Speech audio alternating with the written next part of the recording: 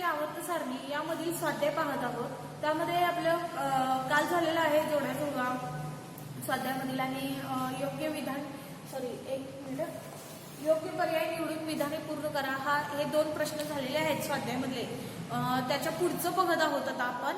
बघूयात आपण तिसरा प्रश्न काय आहे. त्याच्या आधी तुम्ही सगळे पुस्तक समोर ठेवून बसा की पुस्तक समोर ठेवल्यामुळे तुम्हाला व्यवस्थित प्रश्न वगैरे कळेल. आणि त्याचे उत्तर वगैरे मी आता तुम्हाला सांगणार आहे ते व्यवस्थितरित्या ऐका. मी नुसतं सांगितलेलं पुन्हा करून घ्यायचं एवढंच काम करू नका. तर मी आता हे का घेत आहे स्वाध्याय की जेणेकरून तुम्हाला उत्तर नुसतं लिहित असतात मुलं, परंतु नेमकं काय आहे ते उत्तर, कशा प्रकारे आलेलं आहे उत्तर हे पण आपल्याला समजायला हवं. यासाठी मी स्वाध्याय सोडून घेत आहे. काल जोड्या जुळामधलं स्तंभ 1, 2, 3 अशा प्रकारे होते. त्याच्यामधलं ते उत्तर का आले नेमकं हे सांगितलेलं होतं. रिकाम्या जागा पण सांगितलेल्या होत्या. आता त्याचं पुढचं बघायचं आहे आपण. बघूया तिसरा प्रश्न काय आहे. एका मूलद्रव्याचे इलेक्ट्रॉन स्वरूपण 2, 8, 2 असे आहे. एका मूलद्रव्याचे इलेक्ट्रॉन स्वरूपण 2, 8, 2 आहे असते बघा. मूलद्रव्याचे इलेक्ट्रॉन स्वरूपण 2, 8, 2. तिसरा प्रश्न आहे मूलद्रव्यांच्या आवर्ती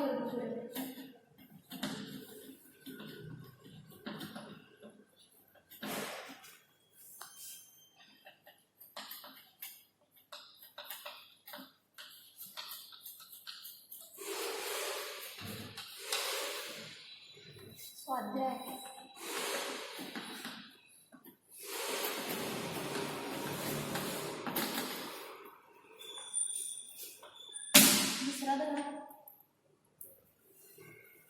त्यामधला आता आपण तिसरा प्रश्न बघत आहोत. स्वाध्याय बघण्यासाठी आधी पुस्तक समोर ठेवा, त्याशिवाय मग कळणार नाही नेमका कुठला प्रश्न चाललेला आहे. आता पेज नंबर आहे 28 आणि त्यातला तिसरा प्रश्न चाललेला आहे. तर त्याच्यामध्ये बघा काय सांगितलं त्यांनी. मूलद्रव्य एक असा मूलद्रव्य आहे की ज्याचे इलेक्ट्रॉन स्वरूपण 2, 8, 2 आहे. बघा एका मूलद्रव्याचे इलेक्ट्रॉन स्वरूपण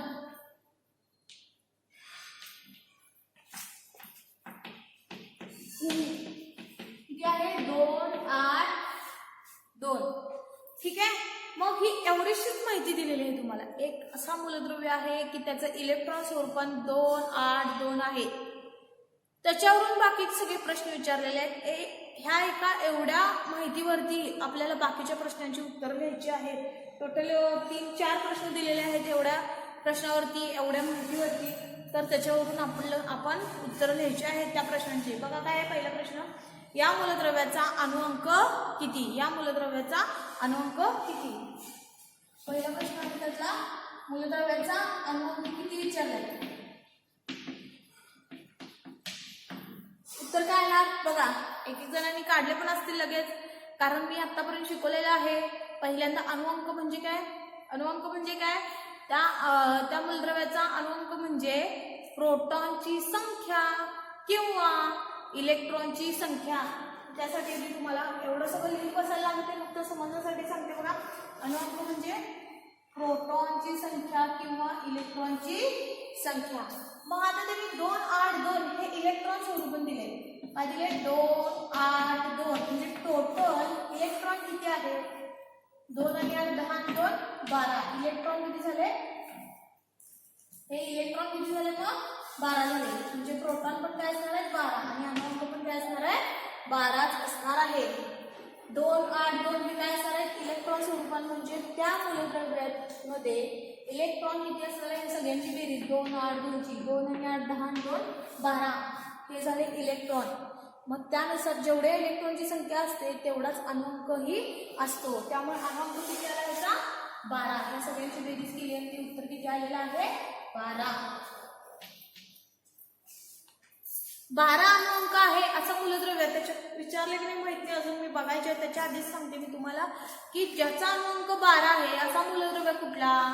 तर Mg मॅग्नेशियम. आपण ह्याचं उदाहरण घेतलेलं आहे मध्ये एकदा अणूची संरचना दाखवताना.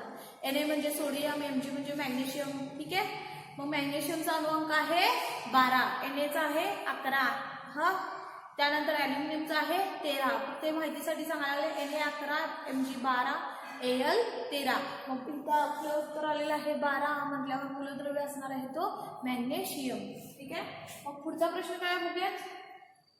या मूलद्रव्याचा घन कोणता. त्यांनी मूलद्रव्य कुठला विचारले नाही बरं का. या मूलद्रव्याचा घन कोणता. मग जरी समजा तुम्हाला ना जरी कळालं नाही समजा की तो मूलद्रव्य कुठला आहे, त्या मूलद्रव्याचं नाव आठवत नसेल समजा हा, तर कसं काय होतं तू घन नुसतं दिलंय त्याच्यावर. तर त्याचा घन असणार आहे 2. कारण का सांगते, इलेक्ट्रॉन स्वरूपण बघताना लास्टच्या कक्षेमध्ये इलेक्ट्रॉन किती आहेत 2 आहेत होय की नाही. लास्टच्या कक्षेत इलेक्ट्रॉन किती आहेत 2, म्हणजे त्याची संयोजन इलेक्ट्रॉन किती झाली 2. तर तुम्हाला डायग्राम काढून दाखवते. हा Mg चा हा अणुकेंद्र 2 8 2 आहेत. पहिल्या कक्षेत 2, दुसऱ्या कक्षेत 8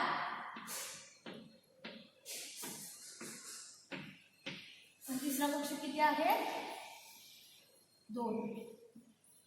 त्याची शेवटची कक्षा पूर्ण आहे नाही आहे. शेवटची कक्षा पूर्ण नाही आहे, त्याचं अष्टक स्थिर नाही आहे. म्हणून हा काय करणार, अष्टक स्थिर होण्यासाठी तुम्हाला तरी एखाद्या मूलद्रव्याला वगैरे काय करावं लागतं, 2 इलेक्ट्रॉन द्यावे लागतात. काय करायला लागणार, 2 इलेक्ट्रॉन द्यावे लागणार. म्हणून याची किती इलेक्ट्रॉन द्यावे लागतात किंवा किती इलेक्ट्रॉन घ्यावे लागतात ती त्याची संयुज असते. आणि जी संयुज कशावरून ठरते, ह्या शेवटच्या कक्षेतील इलेक्ट्रॉनवरून तिचे 2 आहेत आणि त्या 2 आकडा म्हणजेच काय, त्याचा तो संयुज इलेक्ट्रॉन आहे.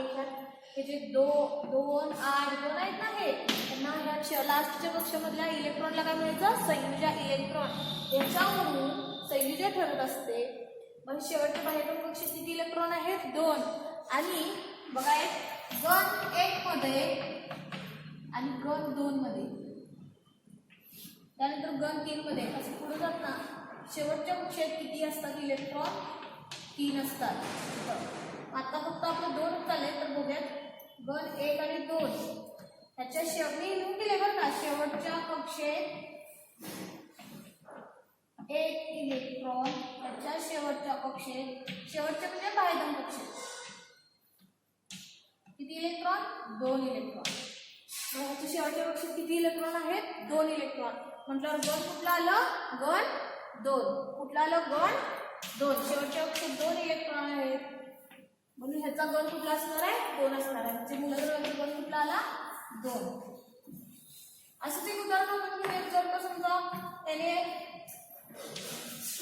अणुअंक किती असतो 11, पहिल्या कक्षेत 2, दुसऱ्या कक्षेत 8, तिसऱ्या कक्षेत 1. 11 आहे ना अणुअंक, म्हटल्यावर 2 8 1. ह्याची संख्या इलेक्ट्रॉन झाली मग 1. मग बाहेरच्या कक्षेतील इलेक्ट्रॉन किती झाले 1. म्हणजे मूलद्रव्याचा बाहेरच्या कक्षेत इलेक्ट्रॉन 1 असतील तर तो घन कुठला, पहिला घन असतो, पहिले घन. मग त्यामुळे त्याचं उत्तर आलं असतं काय 1. हा जो मूलद्रव्य म्हणजे त्याला त्यांनी असं दिलं असतं उत्तर, समजा 2 8 1 दिलं असतं तर त्याच्यानंतर तुम्ही त्याचा अणुअंक किती काढला, 2 1 8 10 1 11 काढला असता. हे झालं इलेक्ट्रॉन स्वरूपण. हा झाला अणुअंक. आणि त्यावर तुम्ही गण करू शकता पहिले गण. ठीक आहे. अशा प्रकारे आपण उत्तर काढायचं आहे. म्हणजे हेच जर का माहिती दिली तर नाही तर बाकीच्या अशा प्रकारे माहिती दिली तर तुम्ही इतरही उत्तर काढू शकता. पुढचा तिसरा प्रश्न बघूया. हे मूलद्रव्य कोणत्या आवर्तक आहे. आवर्तक बघा Mg हा हे मूलद्रव्य आहे आपलं आणि हा आवर्त आहे त्याचा दुसरे आवर्त आहे, तिसरे आवर्त. या मूलद्रव्याचं काय असणार आहे, तिसरे आवर्त आहे. आता चेक करा एकदा. बघा इथं आपले हे उत्तर चेक करून बघायची, हा बाबा आपलं उत्तर बरोबर आलेलं आहे का. तर एका मूलद्रव्याचे इलेक्ट्रॉन स्वरूप 2 8 2 आहे अणुअंक मग त्याचं किती आला 12. मूलद्रव्याचं घन आलं 2, आवर्त आलं 3. मी Mg हे त्या मूलद्रव्याचं नाव सांगितलेलं होतं. बघा चेक करा.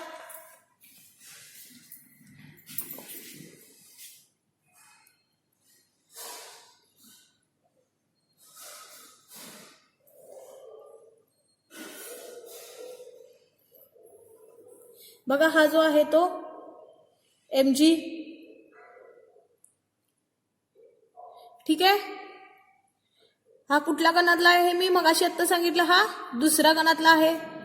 बघा हा पहिला गण आणि हा दुसरा गण. Mg आहे का 2, Mg हा दुसऱ्या गणातला आहे. आवर्त बघा, हा एक आवर्त झाला, हा दुसरा आवर्त आणि हा तिसरा आवर्त. ठीक आहे. इथं अणुअंक तुम्हाला दिसतोय हा 12 इलेक्ट्रॉन स्वरूपांवरून आपण काढलेलं आहे. ठीक आहे. त्यानंतर आता पुढचं बघूया. या मूलद्रव्यासारखे रासायनिक गुणधर्म असलेल्या खालीपैकी कोणत्या मूलद्रव्यासारखे असते? हा Mg आपण ठरवला. त्यांनी त्या प्रश्नात काही विचारलेलं नाही आहे की हा मूलद्रव्य कुठला आहे. फक्त त्यांनी एवढंच दिले आणि यापैकी हे प्रश्न विचारलाय. अणुअंक किती, त्या मूलद्रव्याचा गण कुठला आणि आवर्त किती. आता पुढचा जो प्रश्न विचारलाय त्यांनी काय विचारलाय की ह्या मूलद्रव्यासारखेच रासायनिक गुणधर्म असलेले खालीलपैकी कोणते मूलद्रव्यासारखे असे रासायनिक गुणधर्म असतील असं विचारलेलं आहे. बघा पूर्ण वाटल्यास पूर्ण प्रश्न येते. या मूलद्रव्याचे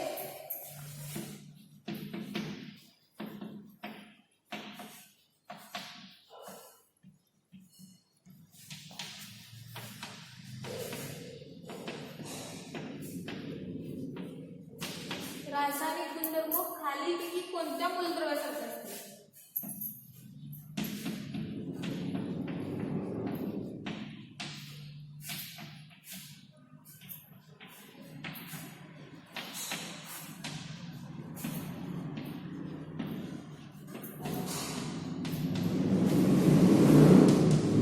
त्यासाठी ऑप्शन दिलं तरी बघा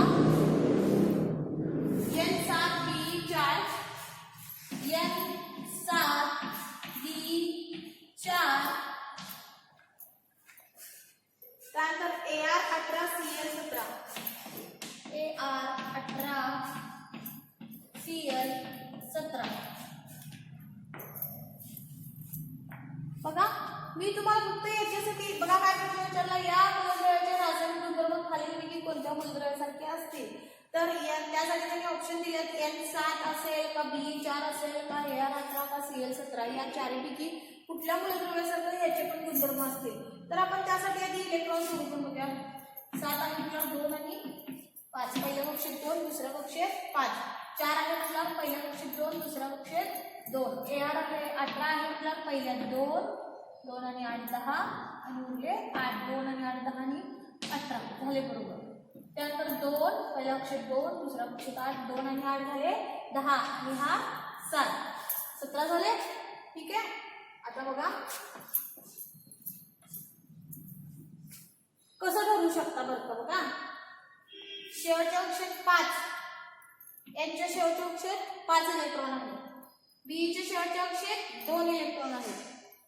ARचे हे सगळं मी आता डिरेक्टली लिहिलेलं आहे. का कसं आलेलं आहे हे आधीच्या लेक्चरमध्ये सांगितलेलं आहे. इलेक्ट्रॉन स्वरूपण कसं काढायचं म्हणून.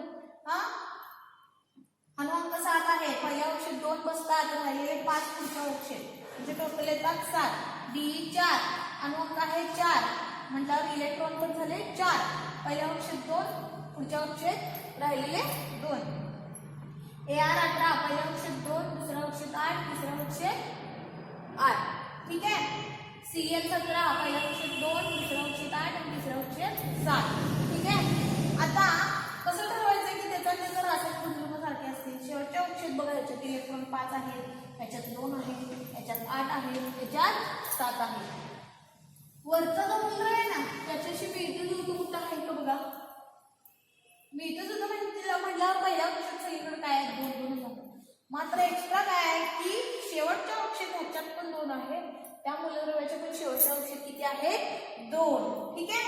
बघा याच्या पण इतर कुठं आहेत का नाही. इथं 7 आहे, इथं 5 आहे, इथं 8 आहे, इथं 7 आहे. शेवटच्या कक्षेत याच्यात पण 2 इलेक्ट्रॉन आहेत. वरच्या प्रश्नात दिलेले आहेत आणि इथं ऑप्शनला दिलेले आहेत. त्याच्या पण शेवटच्या कक्षेत 2 आहेत. शेवटच्या कक्षेत 2 म्हणजे त्याची संयुज इलेक्ट्रॉन किती झाली 2. शेवटच्या कक्षेत 2 म्हणजे त्याची संयुज इलेक्ट्रॉन 2 झाली. ह्याच्या पण शेवटच्या कक्षेत 2 म्हणजे त्याची संयुज इलेक्ट्रॉन 2 झाली. संयुज इलेक्ट्रॉन 2 असेल म्हणजेच काय बाह्यतम कक्षात 2 इलेक्ट्रॉन. ज्याच्या बाह्यतम कक्षेत 2 इलेक्ट्रॉन असतो मग तो कुठल्या गणामध्ये येणार? दुसऱ्या गणामध्ये. मग अशी पण सांगितलं ना इथं बघा, शेवटचे अवशेष 2 असतील तर त्याचा गण कुठला येणार आहे? 2. शेवटचे अवशेष 1 इलेक्ट्रॉन असतील तर त्याचा गण येणार आहे 1. म्हणजे शेवटचे अवशेष 2 इलेक्ट्रॉन आहे, याचा पण गण 2 आणि याचा पण गण 2. मग एका गणामधील मूलद्रव्य असतील, त्याच्या एकाच गणातील जे मूलद्रव्य असतील त्यांचे रासायनिक गुणधर्म काय असतील? सारखे असतील. हे आधी आपण धड्यामध्ये पाहिलेलं आहे. त्यामुळे त्यांनी प्रश्न विचारलात या मूलद्रव्याचे रासायनिक गुणधर्म खालीलपैकी कोणत्या मूलद्रव्यासारखे असतील? तर बी. कारण का? संयोजी इलेक्ट्रॉनवरून म्हणजे बाह्यतम कक्षेत 2 इलेक्ट्रॉन आहेत, त्याच्यावरून आपण गण ठरवला दुसरा. कारण दुसऱ्या गणामध्ये बाह्यतम कक्षेत 2 इलेक्ट्रॉन असतात आणि मग दुसऱ्या गणामध्ये बाह्यतम कक्षेत 2 इलेक्ट्रॉन असल्यामुळे ह्यांचे गण काय झाले? सारखेच झाले. Mg हा जो आहे ना, हा त्याचा पण गण दुसराच आणि ह्याचा पण गण दुसराच. एकाच गणातील मूलद्रव्यांचे रासायनिक गुणधर्म काय असतात? सारखे असतात. म्हणून काय उत्तर? या मूलद्रव्याचे रासायनिक गुणधर्म खालीलपैकी कोणत्या मूलद्रव्यासारखे? तर बी. उत्तर काय आलं? बी. तर आपण एकदा आवर्त सारणीमध्ये बघूयात.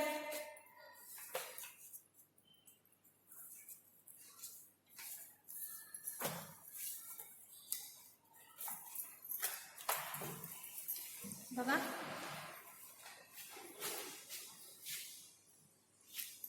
बीई हा बीई मध्ये आणि हा Mg आत्ता आपण बघितलेला. ह्याचा अणुअंक आहे 12, याचा अणुअंक आहे 4. तुम्ही समोर तुमच्या पुस्तक ठेवून सुद्धा बघू शकता. तर हा बीई जो आहे तो बेरिलियम, त्याचा अणुअंक आहे 4, Mg 12. हा दुसरा गण आहे. ह्याची संयोजक काय असणार आहे? 2च असणार आहे. आणि हे गण दुसऱ्या गणामधील सगळ्या मूलद्रव्यांचे गुणधर्म, रासायनिक गुणधर्म काय असणार आहेत? हे सारखेच असणार आहे. मग Mg हा जो 12 आहे त्याच्यावरतीच आहे बीई आपल्याला दिलेला. त्याचा अणुअंक आहे 4, बेरिलियम आणि मॅग्नेशियम. आणि त्यामुळे मग ह्या दोघांचे रासायनिक गुणधर्म काय असणार आहेत? सारखेच असणार आहेत. ठीक आहे. तर आता पुढचा प्रश्न बघूयात.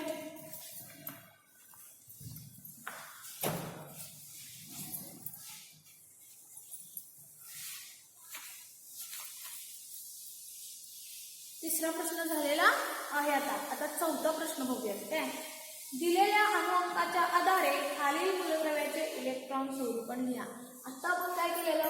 इलेक्ट्रॉन स्वरूपण दिलेलं, त्याच्यानुसार आपण अणुअंक काढला, मूलद्रव्याचा गण काढला, आवर्त काढला आणि तसेच रासायनिक गुणधर्म असणारे एखाद्या ह्यातला कुठला मूलद्रव्य आहे हे ओळखायला सांगितलेलं, ते पण आपण ओळखलं. याच्याऐवजी तुम्हाला एक्स्ट्रा चेंज करू शकतात हा प्रश्न, फक्त हिचा आकडा चेंज करू शकतात आणि असेच प्रश्न पण विचारू शकतात. 2, 8, 2 आहेत त्याच्याऐवजी 2, 8, 3 विचारू शकतात किंवा 2, 8, 1 घालू शकतात.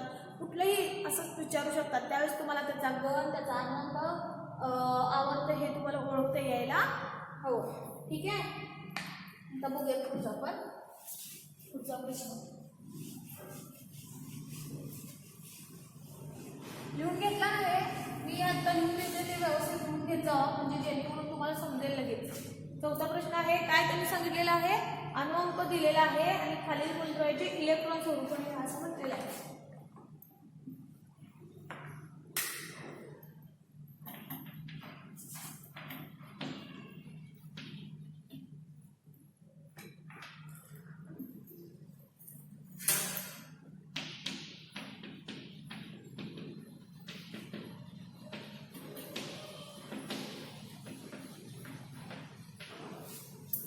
काय काढायला सांगितले? इलेक्ट्रॉन स्वरूपण आणि प्रश्नांची उत्तरे. इलेक्ट्रॉन स्वरूपण काढायला सांगितले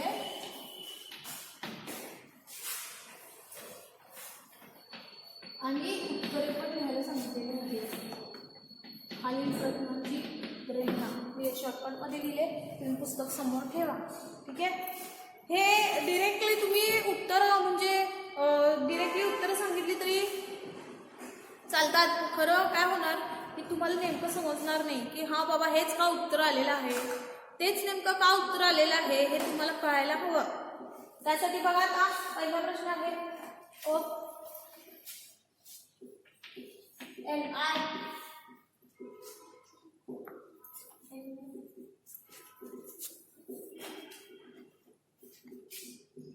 Li3, Si2, Si14, त्यानंतर H2, Na 11, P 15. आणि काय झाले तिसऱ्या आवर्तातली मूलद्रव्ये कुठली?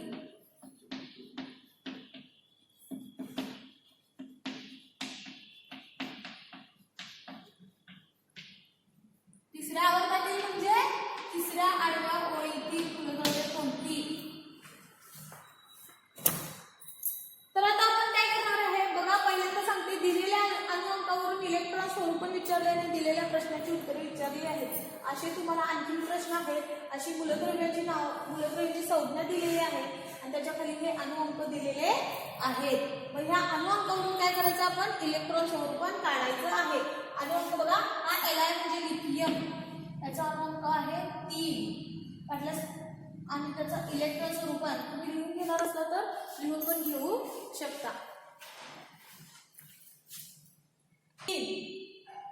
मग आता तिसऱ्या आवर्तातील बघा तिसऱ्या आवर्तातील मूलद्रव्ये कुठली असते शोधायचे. Na, P याच्यामधल्या तिसऱ्या आवर्तातील मूलद्रव्ये कुठली आहेत तर त्यासाठी आपण बघूया Li3 आहे, Si14 आहे, He2 आहे आणि 11 आहे आणि P किती आहे 15. पहिल्यांदा काय सांगितलं इलेक्ट्रॉन स्वरूपण घ्या. Liचं 3 अनुअंक पटकन सांगायचं. पहिल्या कक्षेत 2, दुसऱ्या कक्षेत 1 हे आपण आता इलेक्ट्रॉन स्वरूपण लिहित आहे अनुअंकावरून. Si14 पहिल्या कक्षेत 14 आहे म्हटल्यावर पहिल्या कक्षेत 2, 14 पैकी दुसऱ्या कक्षेत 8, 2 आणि 8 झाले 10, परंतु किती आहे 14. अजून उरतात किती 4, 2 आणि 8 10 आणि 4 14. हा Si सिलिकॉन. He2 पहिल्या कक्षेत 2, Na11 पहिल्या कक्षेत 2, दुसऱ्या कक्षेत 8, 2 आणि 8 झाले 10, परंतु इथं आहेत 11, राहिले अजून एक 2 आणि 8 10 11. P15 फॉस्फरस पहिल्या कक्षेत 2, दुसऱ्या कक्षेत 8, 2 आणि 8 झाले 10, परंतु इथं 15 आहेत, अजून उरले किती 5. हे झालं इलेक्ट्रॉन स्वरूपण.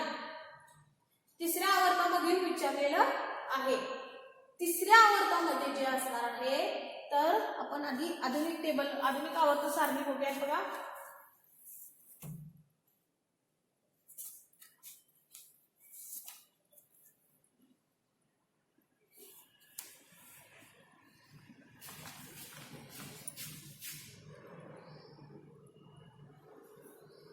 तिसरी आवर्त सारणी समोर सुद्धा तुमचं पुस्तक समोर ठेवा तुमच्या.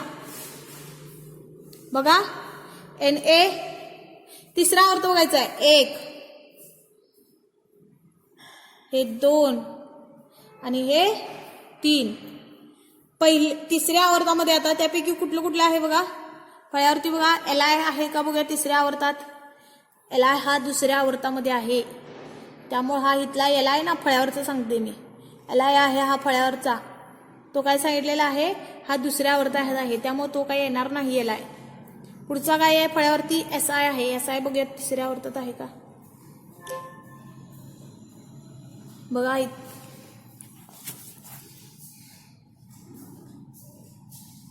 आहे बघा Si 1 2 3 त्यामुळे Si तिसऱ्या आवर्तात आहे. पुढचं काय फळ्यावरती बघा He2. He एकदम कोपऱ्यात आहे, तो पहिल्याच आवर्तात आहे त्यामुळे तो काय येणार नाही. आतापर्यंत Si तेवढं आलं. पुढचं बघूयात आता Na 1 2 3 तिसऱ्या आवर्तात आहे. त्यानंतर P सुद्धा तिसऱ्या आवर्तात आहे. P सुद्धा काय असणार आहे तिसऱ्या आवर्तात असणार आहे. ठीक आहे.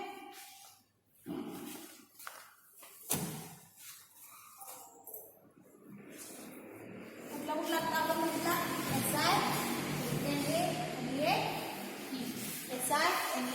P हे किती काय आहे तिसऱ्या आवर्तातील मूलद्रव्ये आहेत. त्या अनुअंकावरून इलेक्ट्रॉन स्वरूपण लिहिलेलं आहे. पुढचा एक असाच आहे थोडक्यात प्रश्न. इथं आवर्त विचारले त्याच्यामध्ये गण विचारलेले बघा. आता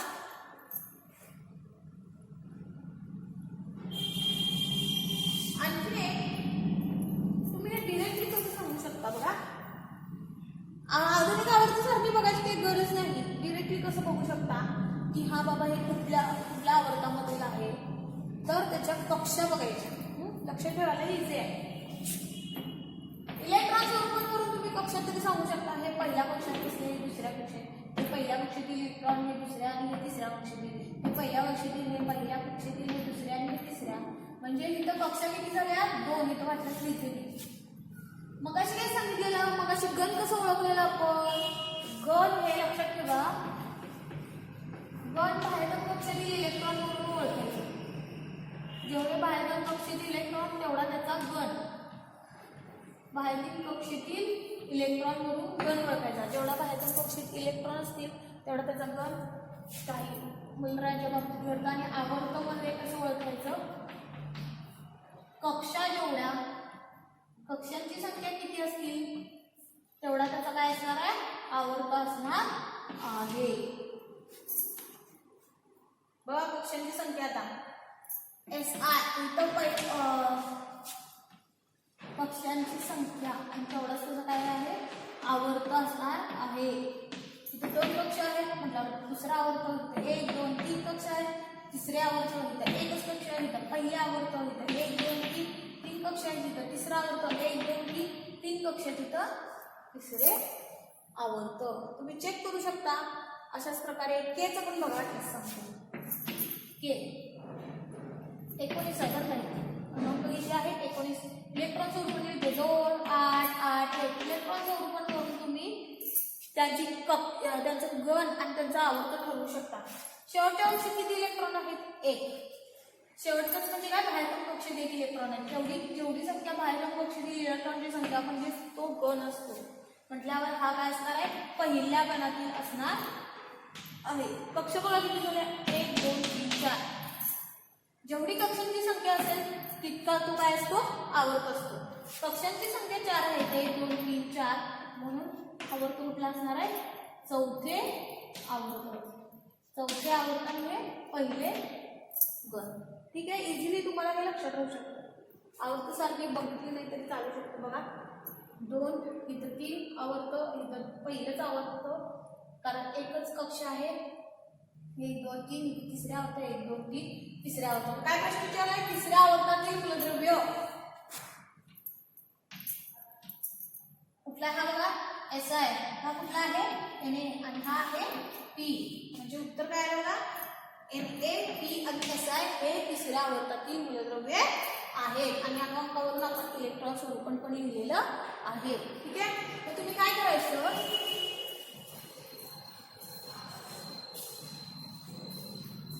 उत्तर लिहिताना इथं मूलद्रव्य लिहायचं आणि इथं इलेक्ट्रॉन स्वरूपण लिहायचं.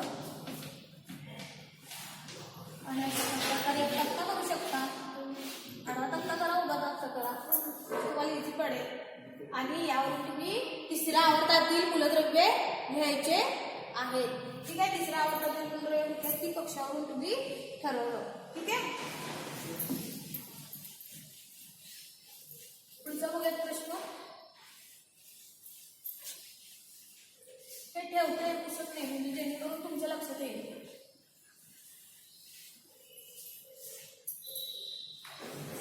पुढचा प्रश्न बघा.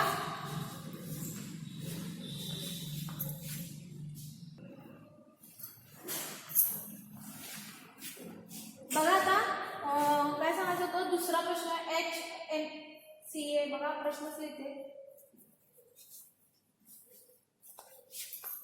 पुढचा प्रश्न आहे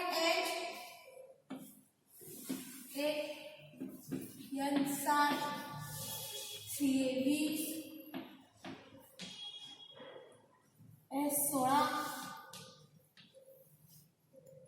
BE4 AR18.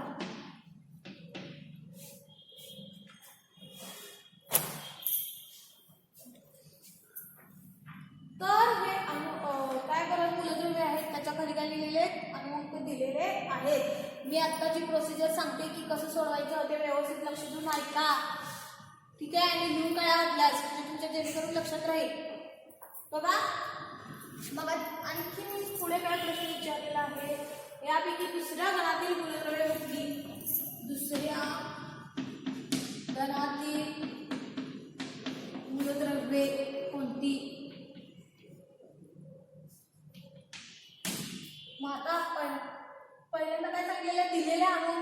इलेक्ट्रॉन स्वरूपाने लिहा. मूलद्रव्य इलेक्ट्रॉन स्वरूपन.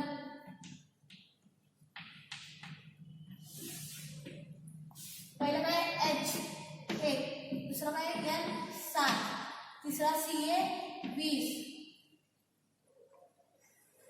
ते काय वरती गेलं पाहिजे.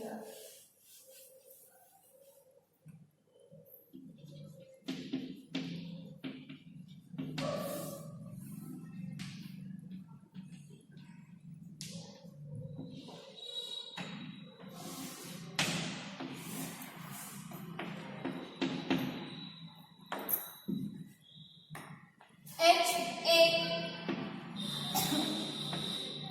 N7, Ca20, S16, B4, Ar18.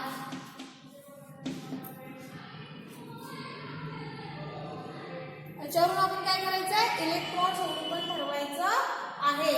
H1 आहे अणुअंक इलेक्ट्रॉन पण एकच. N7 पहिल्या कक्षेत 2, 7 पैकी 2 आले, राहिले किती 5 झाले टोटल 7. Ca अणुअंक 20 पहिल्या कक्षेत 2, इलेक्ट्रॉन पण 20 येणार आहे. पहिल्या कक्षेत 2, 20 पैकी आणि दुसऱ्या कक्षेत 8च असतात. 2 आणि 8 झाले 10. अजून किती कमी पडत आहे 10. 20 का अजून किती कमी पडत आहे 10. मग इथं 10 लिहिणार का बरं. 2 आणि 8 10 आणि 10 20 नाही लिहायचं का, त्याचा अष्टक स्थिर राहत नाही. तर बघा 2 आणि 8 10 आणि तिथं त्या 10ची मोड करायची. तर 8 आणि राहिलेली पुढच्या कक्षेत 8 आणि 2 झाले 10. बघा टोटल झाले का 20. 2 आणि 8 10 आणि 8 18 आणि 2 20. ठीक आहे. पुढे आता S16 म्हटल्यावर पहिल्या कक्षेत 2, दुसऱ्या कक्षेत 8, 2 आणि 8 झाले 10, 16 आहे. अजून किती कमी पडतात 6. 2 आणि 8 10 6 16 झाले. हायड्रोजन, कॅल्शियम, सल्फर, बेरियम आणि हा आर्गॉन B4. 2 आणि 2. ठीक आहे. Ar18 पहिल्या कक्षेत 2, दुसरा राहिले किती 8. याचा अष्टक स्थिर आहे बरं का. आता सगळ्याच उदाहरण आपण पाहूयात बरं का. आधी काय करूयात, बाहेरच्या कक्षेतील इलेक्ट्रॉन घेऊयात.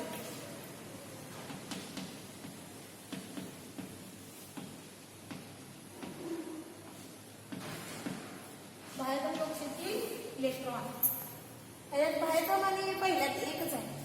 पहिली पण कक्षेत तीच आणि बाहेरच्या कक्षात पण तीच एकच इलेक्ट्रॉन आहे. याच्यात बाहेरच्या कक्षेत 5, याच्या बाहेरच्या कक्षेत 2, याच्या बाहेरच्या कक्षेत 6, याच्यात 2, याच्यात 8. जेवढे बाहेरच्या कक्षेत इलेक्ट्रॉन असतील, तेवढं काय असणार आहे गण. हे वाटलं लिहून घे बाळा.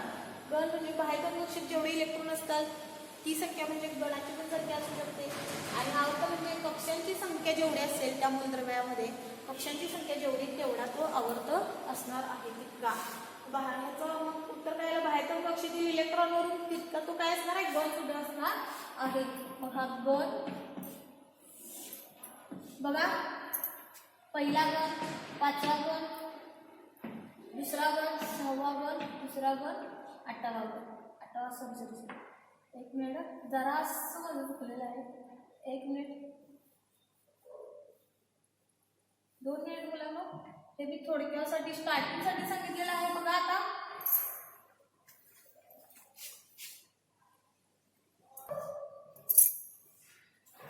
मुलांना आतापर्यंत मी तुम्हाला काय सांगितलं, जेवढे गण असतील तेवढे बाहेरच्या कक्षेतील जेवढे इलेक्ट्रॉन असतील तेवढे गण असं सांगितलेलं होतं. परंतु सगळ्यालाच ते लागू होत नाही. काही मूलद्रव्यांनाच ते लागू होतं, काही गणांनाच लागू होतं, सगळ्यालाच ते लागू होत नाही. त्यामुळे तुम्ही डिरेक्टली सगळीकडेच असं करू नका. फक्त एक थोडक्यासाठी होतं. बघा कुठले कुठले येतात सांगते तसे.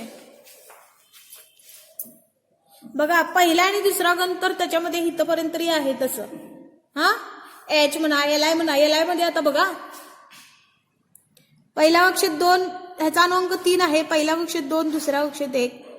याचा गण 1 झाला. Na पहिल्या कक्षेत 2, दुसऱ्यात 8, तिसऱ्यात 1. मग लास्टच्या कक्षेत 1 इलेक्ट्रॉन झाला. त्यामुळे लास्टच्या कक्षेत 1 गण पण 1. के बघा 2, 8, 8, 1. लास्टच्या कक्षेत 1 इलेक्ट्रॉन म्हटल्यावर गण पण काय असणार आहे? 1 असणार आहे. इथले आता उदाहरण घेऊया. बीई 4 अनुअंक आहे. डिरेक्टली सांगायला पाहिजे. आता तुम्ही पटपट असं लगेच सांगायला पाहिजे की बीई 4 आहे तर पहिल्या कक्षेत 2, दुसऱ्या कक्षेत 2. Mg 12 पहिल्या कक्षेत 2, दुसऱ्या कक्षेत 8. 2 आणि 8 झाले 10. 12 आहेत. मग राहिले अजून 2. 2, 8, 2. शेवटच्या कक्षेत 2 म्हणजे गण पण हा काय आहे? दुसराच आहे. Ca 2, 8, 8, 2. अनुअंक आहे 20. 2, 8, 8, 2. शेवटच्या कक्षेत 2 गण दुसरे. ह्या थोडक्या मूलद्रव्यांसाठीच काय आहे? असे गण ठरलेले आहेत. मी आता तिथं तुम्हाला बाह्यतम कक्षेतील इलेक्ट्रॉन दिलेला आहे. 1, 5, 2, 6. तर फळ्यावरती 1, 5, 2, 6, 2, 8 असं वगैरे दिलेले आहेत. परंतु हे मोजलं तर बघा कसं निघतं. हे पिवळ्या ह्याच्यातलं आहे ना, हा डी खंड धरलेला नाही तर तशा प्रकारे येतो बरं का. फळ्यावरती आहे तसं. हायड्रोजन बाह्यतम कक्षेत 1 इलेक्ट्रॉन आहे. गण पण 1च आहे बघा. त्यानंतर एन किती आहे? 7. बाह्यतम कक्षेत 5 इलेक्ट्रॉन. गण पण 5 म्हणून सांगितलेलं. खरं 5वं कसं धरायचं की हा जो डी खंड आहे तो धरायचा नाही. इथून डायरेक्ट नेहमीच नाही, काही वेळेस असं येतं. 1, 2, 3, 4, 5. झाला का 5वा गण? ऍक्च्युली तो गण कुठला आहे? 15. तुम्ही कन्फ्युज असेल नाही तर त्याच्या आवर्त सारणी बघून लिहा. बघा त्यानंतर पुढचं आहे Ca 2. 1 पहिला गण आणि हा दुसरा गण. झाला का? गण दुसरा. त्यानंतर S 2, 8, 6. शेवटच्या कक्षेत 6. मी हे डी खंड धरलेला नाही. बघा कुठलं चाललंय आपलं? S sulphur 2, 8, 6. शेवटच्या कक्षेत 6 इलेक्ट्रॉन आहेत. बघा पिवळ्या ह्याच्यातलं घ्यायचं नाहीये म्हणजे डी खंड धरायचं नाहीये. 1 S चाललाय आपला. S कुठं इथं आहे बघा. तो मोजूया किती आहेत आपण. पहिला गण, दुसरा गण. हे धरलेलं नाही आहेत. थोड्या टायमिंगसाठी धरलेलं नाही आहे. थोड्या वेळापुरतं. 1, 2, 3, 4, 5, 6. झालं का 6वं? खरं ऍक्च्युली ते तसं नाही आहे. फक्त सांगितलंय तुम्हाला. त्यानंतर 6वा म्हणजे ऍक्च्युली तो कितवा गण आहे? 16वा गण आहे.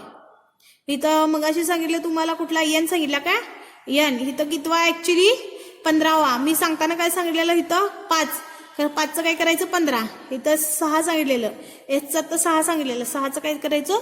16. तसंच बीईचं पण बघूयात आपण. बीईचं काय डिरेक्टली कळतंच तुम्हाला. 2 शेवटच्या कक्षेत 2 इलेक्ट्रॉन. गण पण दुसरा. परंतु एआर पण आहे बघा पुढचा. एआर त्या शेवटच्या कक्षेत 8 इलेक्ट्रॉन आहेत. तोपर्यंत काय सांगितलेलं?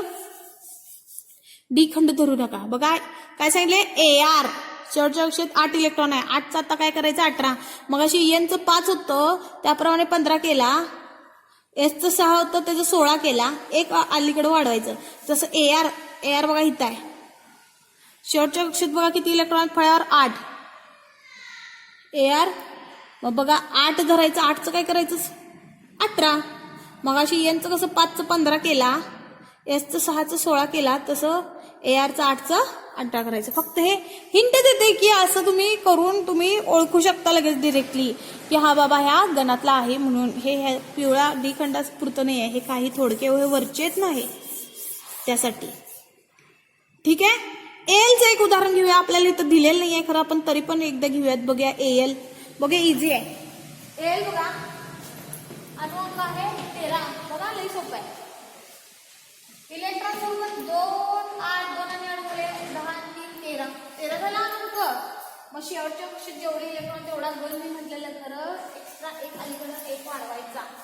काही संख्येनंतर 2 गणानंतर ना. आता इथे 3 सांगितले तर काही मूलद्रव्य पुरतच आहे. मग 3चं काय करायचं? 13. बघा बरं. एल बघा पुस्तकात बघा आपापल्या. एल बघा आहे का? 3चं 13 केलं म्हणलं. 3चं 13. हा Al हा काय झाला 13. कळालं का? काही मूलद्रव्यापुरतच आहे एक हिंड म्हणून, सगळ्या मूलद्रव्यासाठी हे लागू होत नाही. डी खंड हा धरायचं नाही, काही मूलद्रव्यांसाठीच सांगायला लागेल. पहिला दुसरा गण तर तो काय येतोच बाह्यतम कक्षात येईल, परंतु ह्यातले हे जे वरचे आहेत ना हे मूलद्रव्य यासाठी डी खंड धरायचं नाही. आणि तिसरं शेवटच्या कक्षेत 3 आलं तर 13 करायचं, शेवटच्या कक्षेत 4 आलं तर 14 करायचं, शेवटच्या कक्षेत 5 आलं तर त्याचं 15वा गण करायचा, शेवटच्या कक्षेत 6 आलं तर त्याचा 16वा गण करायचा. काही मूलद्रव्यांसाठीच आहे हे, शक्यतो इथल्या या. ठीक आहे, आता पुढचं बघूया. आणि आपण चेक प्रश्न राहिला काय विचारलंय, दुसऱ्या गणातील मूलद्रव्ये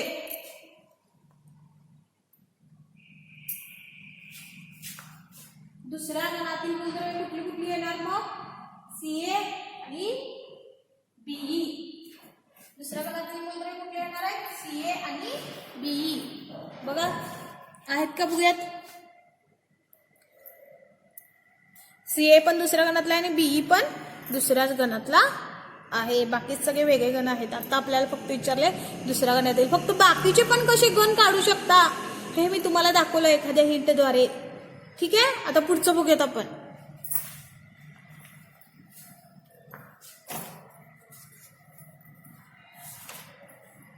पुढचा प्रश्न काय, सर्वाधिक विद्युत ऋण असलेले मूलद्रव्य कुठले, यासाठी प्रश्न विचारलाय.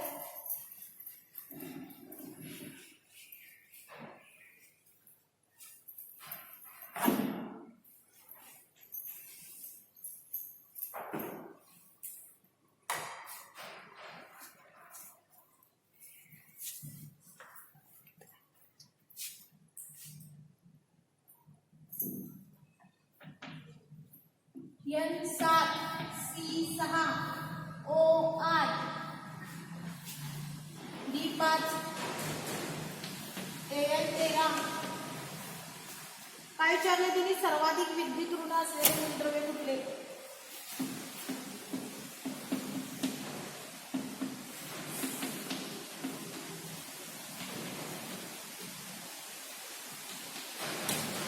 सर्वाधिक विद्युत ऋण असलेले मूलद्रव्य कोणते, कसं ठरवायचं बघा. आता पहिल्यांदा काय अणुअंकावरून इलेक्ट्रॉनचं रूपण लिहा म्हणते, मूलद्रव्य लिहायचं इथं, इकडे इलेक्ट्रॉनचं रूपण लिहायचं. पहिला काय N7, दुसरा C6, तिसरा O8, पाचवा B5, सहावा Al13. आता इलेक्ट्रॉनचं रूपण पटपट सांगा. N7 2 आणि 5, 7 पैकी पहिल्या कक्षेत 2, दुसऱ्या कक्षेत 5. C6 पहिल्या कक्षेत 2च बसतात, 6 पैकी राहिले 4. O8 पहिल्या कक्षेत 2, दुसऱ्या कक्षेत 8. येतील का, नाही. का बरं, कारण इथे फक्त किती आहे, 8च आहे. तर 2 8 ला किती कमी पडतात अजून, 6. ठीक आहे. B5 पहिल्या कक्षेत 2, 5 ला किती कमी, 3. Al13 पहिल्या कक्षेत 2, दुसऱ्या कक्षेत 8, 2 आणि 8 झाले 10, परंतु अजून इथं 13 आहे, तर राहिले किती अजून 3. ठीक आहे. विद्युत ऋण विचारलंय, ऋण म्हटल्यावर काय असणार ते अधातू. अनेक मला सांगा, आवर्त सारणीमध्ये मी काल परवा सांगितलेलं आहे तुम्हाला, काय सांगितलं, डावीकडे काय असतात, आधुनिक आवर्त सारणीमध्ये डावीकडे धातू आणि उजवीकडे काय असतो, अधातू. गणामध्ये वरून खाली जात असताना धातू गुण वाढत जात असतात, म्हणजे विद्युत घनता वाढत असते. आवर्तामध्ये धातू गुण कमी होत जातात, अधातू गुण वाढत जातात, म्हणजेच काय, विद्युत ऋणता वाढत जाते. डावीकडून उजवीकडे जाताना विद्युत ऋणता वाढत जाते, डावीकडून उजवीकडे आवर्तामध्ये, बरं का. म्हटल्यावर तुम्ही काय विचारले, सर्वाधिक विद्युत ऋण म्हणजे आवर्त सारणीच्या इकडच्या साईडचा म्हणजे उजव्या साईडचा कुठला मूलद्रव्य असणार आहे, तो ह्याच्यापैकी सर्वाधिक विद्युत ऋण असणार आहे. विद्युत ऋणता त्याच्याकडे असणार आहे. आणि विद्युत ऋणता म्हणजे कुठला, धातू का अधातू, अधातू. म्हणजे उजव्या साईडचा, सगळ्यात उजव्या साईडचा तिकडचा कुठला आहे ह्याच्यामधला अधातू ते आपण बघायचं. डिरेक्टली तुम्ही हे पण सांगू शकता, Al हा काय आहे, ॲल्युमिनियम तो धातू आहे, त्यामुळे तो ह्याच्यात बसणार नाही. पहिल्यांदा तुम्हाला काय करावं लागेल, ह्याच्यातला धातू कोणता आणि अधातू कोणता हे आधी ओळखायला लागेल. आणि अधातू जो असेल त्याच्यामध्येच विद्युत ऋण असणार आहेत ते. आणि त्यापैकी मग आता सर्वाधिक विद्युत ऋण असलेला मूलद्रव्य बघायचा. तर आता आपण बघूया त्यासाठी संयोजन इलेक्ट्रॉन किंवा त्याची संयोजन लिहूयात. संयोजन इलेक्ट्रॉन लिहूया. संयोजन इलेक्ट्रॉन म्हणजे बाहेर कक्षाचे इलेक्ट्रॉन असतात, हो की नाही. संयोजन लिहूया. इथं 5 आहेत म्हटल्यावर तो काय करणार, 3 इलेक्ट्रॉन याला कुणाकडून तरी घेणार. म्हणजे त्याची 3 इलेक्ट्रॉन घेतली म्हणजे त्याची संयोजन झाली 3. याने इलेक्ट्रॉन काय केले, घेतले. मी इथं शॉर्टकट मध्ये तुम्हाला देते. इलेक्ट्रॉन घेतले.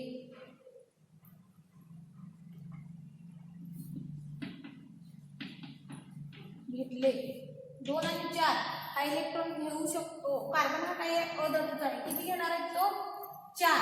6 आहे इथं म्हणजे तो काय करणार, अष्टक स्थिर होण्यासाठी 2 इलेक्ट्रॉन घेणार आहे. O8 अष्टक स्थिर होण्यासाठी हा काय करणार, कुणाकडून पण 2 इलेक्ट्रॉन घेणार म्हणजे त्याची संयोजन झाली 2.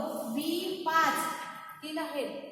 हा 3 बाकीचे 5 घेणार, हा स्वतःचे 3 घेणार.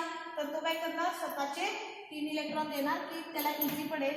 आणि इझी पडेल आणि तो काय होईल, मग त्याची बाहेरचा कक्षा पूर्ण होईल. 2 8 3 हा काय करणार, Al 3 इलेक्ट्रॉन देणार. इथं काय करणार आहे, O8 हा काय करणार आहे, इलेक्ट्रॉन घेणार. आणि दुसरा इलेक्ट्रॉन हा घेणार आहे. जे घेणार आहे, जो घेतो तो पुरुणी म्हणजे तो काय अधातू आहे. जिथं जिथं घेतले किंवा घेणार दिलेला आहे ते सगळे काय आहेत, अधातू. म्हणजे त्यांच्याकडे काय आहे, विद्युत ऋणता आहे. आता आपण हे विचारात घ्यायचं नाही, वरचे 3च विचारात घ्यायचे आहे. त्यापैकी ओळीला तुम्ही बघू शकता आवर्त सारणी N7 इथं असणार आहे. मग त्याच्या पुढे अणुअंक प्रमाण मिळवलं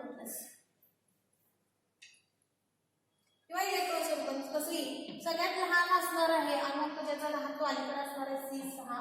त्यानंतर N7 इकडे असणार आहे. त्यानंतर O8 इथं असणार आहे, हो की नाही. मगाशी तुम्हाला सांगितलं डावीकडून उजवीकडे जाताना आवर्तामध्ये विद्युत ऋणता वाढत जाते.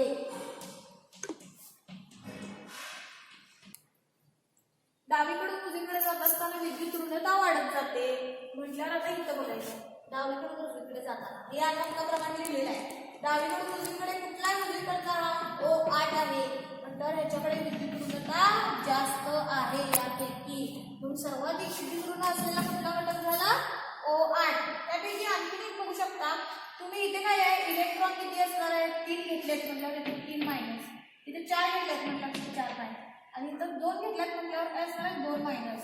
जेवढे इलेक्ट्रॉन वरचे असणार आहेत ते कमी असणार आहे, तेवढा काय असणार आहे, तो सर्वाधिक विद्युत ऋण असणार आहे. ठीक आहे, म्हणजे तो जास्त काय आहे, सर्वाधिक क्रियाशील असणार आहे. जेवढा जास्त विद्युत ऋणता तेवढा जास्त क्रियाशील. आणि जेवढा जास्त विद्युत घनता असते तेवढीच पण जास्त क्रियाशीलता असते त्या मूलद्रव्याची, अभिक्रियाशीलता.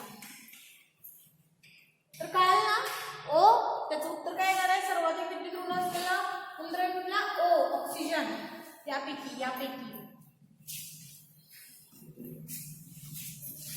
पुढचा प्रश्न काय आहे, ई. असंच आहे, आता तुम्ही घरी सोडवायचं बरं का. असंच आहे, उलट्या फक्त मी तुम्हाला हिंट देते कशा प्रकारे करायचं आहे.